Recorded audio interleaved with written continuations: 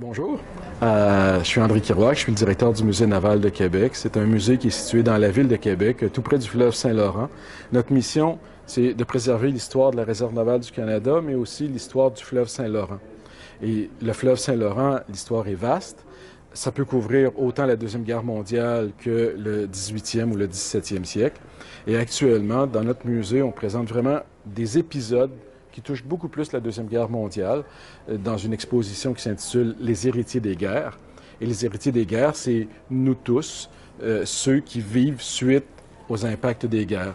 Et cette année, on a voulu vraiment recréer un esprit très particulier autour d'un épisode majeur de la guerre, la conférence de Québec de 1943.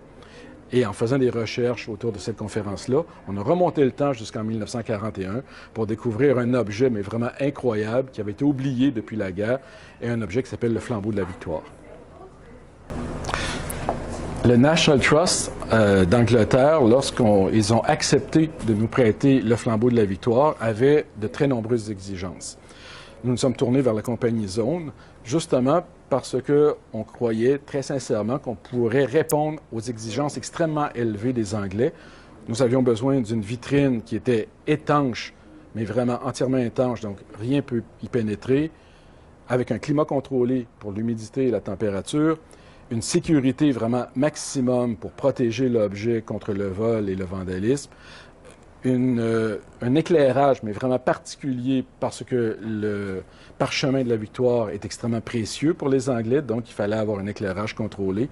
Donc il fallait réunir dans un même espace des exigences parmi les plus élevées pour protéger un artefact unique qui relie le Canada et les Anglais. Et pour cette raison, la vitrine qu'on a acquis correspondait vraiment à tout ce qu'on pouvait demander. Et lorsque la conservatrice anglaise est venue nous porter le flambeau de la victoire et qu'elle a vu la vitrine, elle est extrêmement impressionnée par la qualité, la sécurité.